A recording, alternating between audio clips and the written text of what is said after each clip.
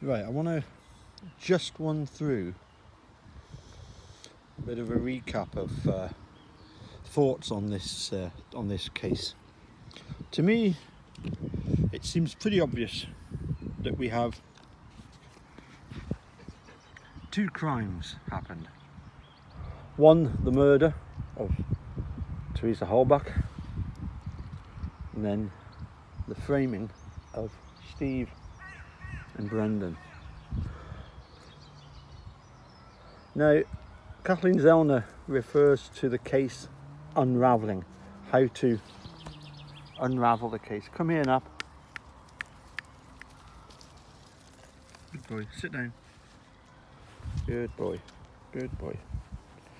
Okay, so how does the case unravel? It unravels obviously with the evidence.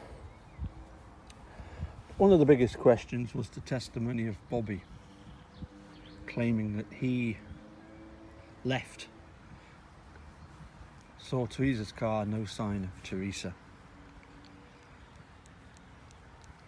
Whereas in fact he's now admitted, or it's been admitted, that he's seen her leave. But of course that's not what he said at trial. So now I take it that what we need is for him to step forward, drive over to Calumet Sheriff's office and say, look, I lied on the witness stand when I said that when I didn't mention that I'd seen Teresa leave. Which is going to be difficult because the sheriff over there is Mark Wiegert. So I don't think he's going to be able to go over to Calumet and speak to Mark Wiegert about it, because Mark Wiegert was going to say, what the hell are you on about? We got you to say all that because we wanted to get Steve. But he can go to the judge. Maybe not Judge Willis because he's retired, but he can go to another judge and he can say, look, this is what happened. And I believe even if he went to Kathleen Zellner and gave her an affidavit, that would immediately knock the case on the head. Of course, the question would be, why did he lie? Was it just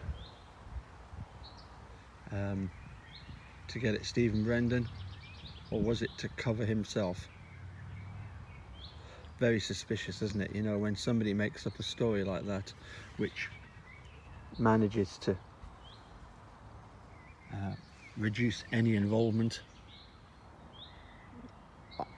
For me, it seems that because he's never volunteered to come forward and help Steve and Brendan by saying, look, I did actually see them go, and I was put under pressure by Wiegert and Fassbender and Kratz to lie on the stand, because if not, they were gonna, certainly they had stuff on me, like the contents of the computer that was used as a threat. But then you've got to weigh up what would be the cost to him of a prosecution for having that stuff on his computer, and a perjury. You know, if he was to come forward and admit to perjury and having that stuff on the computer and it being used to pressurise him, what would be the cost compared with getting Steve and Brendan out?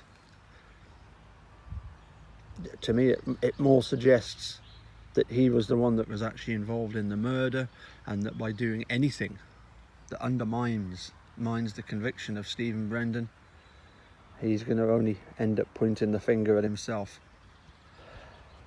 I'm just curious, just wondering. As I say, I want to see this whole charade unravel, as Zellner would put it.